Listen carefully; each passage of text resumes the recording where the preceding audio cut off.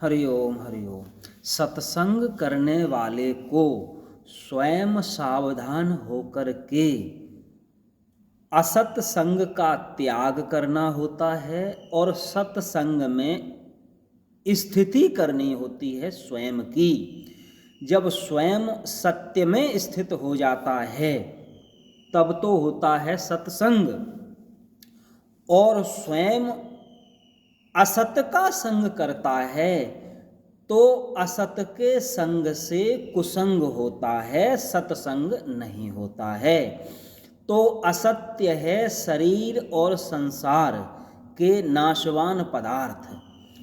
तो पदार्थ और क्रिया, तो क्रिया जितनी भी होती है वह प्रकृति में होती है और प्रकृति परिवर्तनशील है, उसमें परिवर्तन होता है, निरंतर परिवर्तन होता है।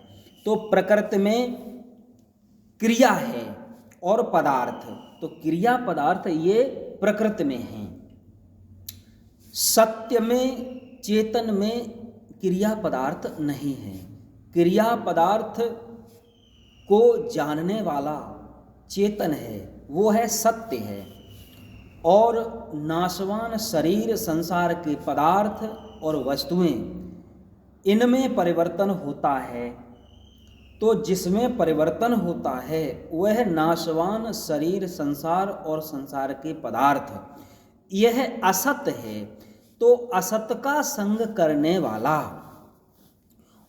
असत से अपनी स्थिति को हटा करके और सत्य परमात्मा में अपनी स्थिति करने वाला, ये सत्संग करने वाला जो भी है वो स्वयं सावधान होकर के असत शरीर, संसार के पदार्थ, वस्तुओं से अपनी स्थिति को हटा करके सत्य परमात्मा में अपनी स्थिति करने वाला, सावधान होकर के अपनी स्थिति शरीर संसार से, नाशवान से हटा करके और अविनाशी परमात्मा में अपनी स्थिति करता है, तब सत्संग होता है।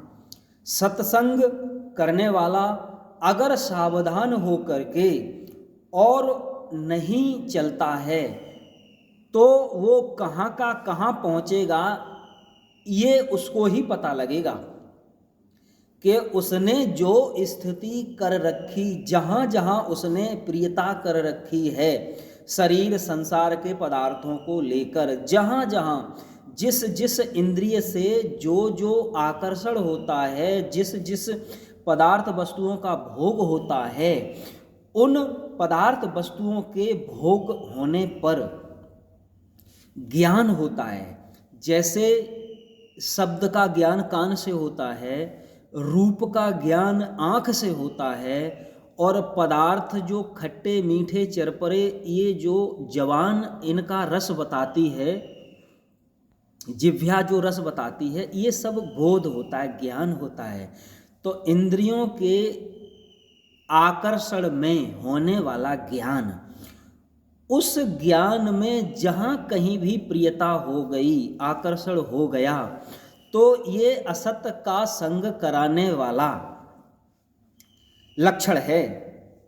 जो शरीर में रह करके, शरीर में अपनी स्थिति करके और वस्तुओं में, पदार्थों में प्रियता हो गई है, इस प्रियता का नाश करके स्वयं में स्थित हो करके दृढ़ हो जाए तो सत्संग हो जाए।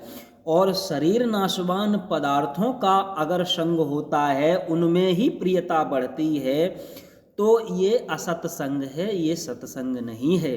इसलिए सत्संग करने वाला हर वस्तु का उपयोग करता है, मनुष्य जीवन का भी उपयोग करता है, किसी का भी दुरुपयोग नहीं करता।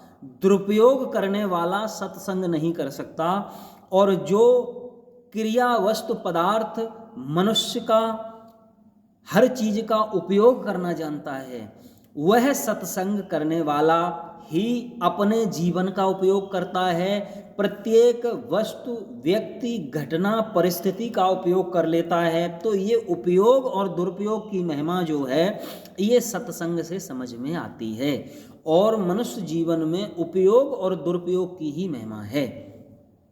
उपयोग में बुद्धि विवेक की महिमा है और दुरुपयोग में जो है वो अज्ञान है, अविद्या है, जो नाशवान पदार्थों में लग करके अपने जीवन का भी दुरुपयोग कर लेता है और नाशवान पदार्थों का उपयोग करके अपने जीवन को ऊंचा सूचा बना लेता है, पवित्र बना लेता है।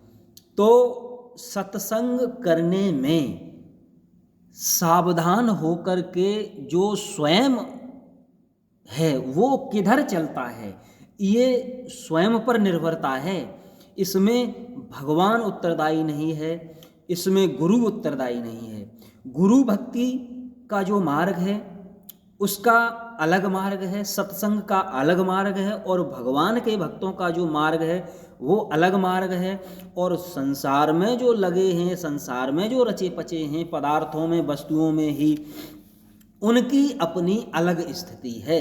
तो सबकी अलग अलग स्थिति को समझ करके और अपनी स्थिति के अनुसार सत्संग में, सत्य में स्थिति करके और असत्य का संग न करके सत्संग में स्थिति करना, ये सत्संग की महिमा है। जो स्वयं ने ही सत्संग करना है सावधान होकर के, स्वयं अगर सावधान नहीं है तो सत्संग नहीं होगा। हरि ओम।